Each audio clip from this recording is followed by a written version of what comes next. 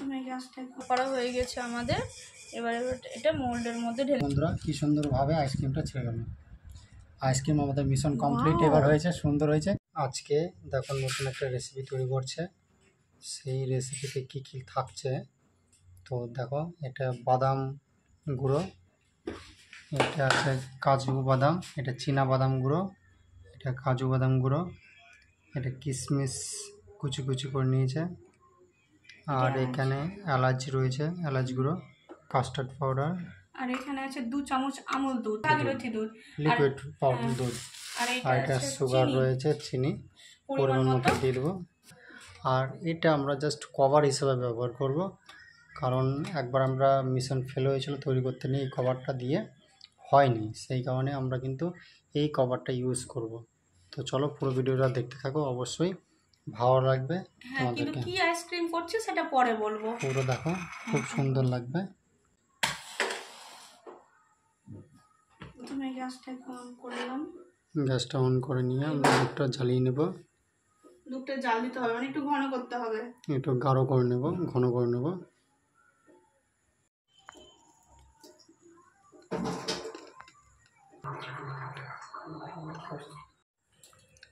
এবার পরিমাণ মতো চিনি দিলাম, যে যতটা মিষ্টি খাবে সে অনুযায়ী দিবে।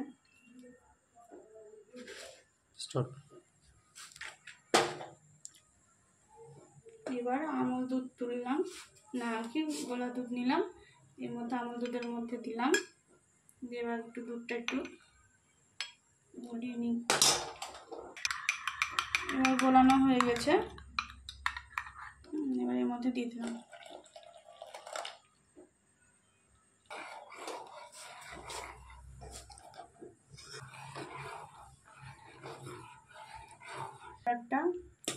একটু গলে নিই দুধ দিয়ে।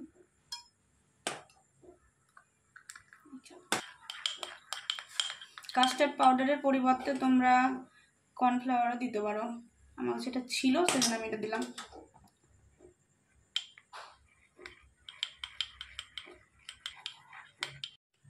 এই কাস্টার্ড পাউডারটা গলানো হয়ে গেছে, এবার এই দুধের মধ্যে দিয়ে দিলাম।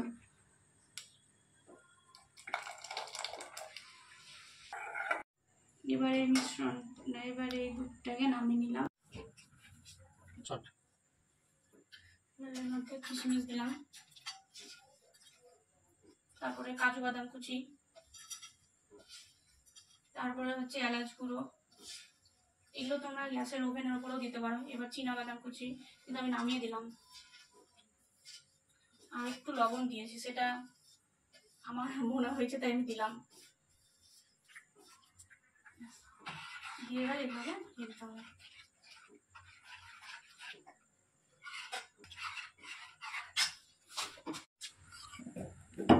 এবার এটা নাড়িয়ে দেওয়া হলো ভালো মতো, দেবে একটু ঠান্ডা হোক, ঠান্ডা করে ঢেলে নেব।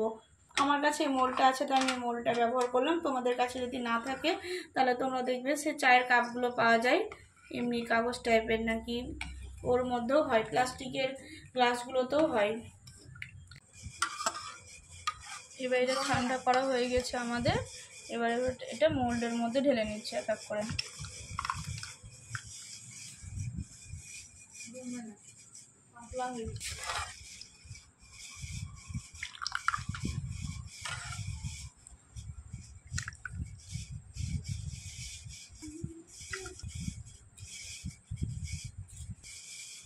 এতটুকু আমাদের বেঁচে গেল, এতটুকু আমরা খেয়ে নেবো এখন। আগেরবার আমরা এই ক্যাপগুলো লাগিয়ে ট্রাই করেছিলাম, কিন্তু আইসক্রিম জমেনি, সেই জন্য এবার আমরা অ্যালুমিনিয়াম ফয়েল দিয়ে দিলাম।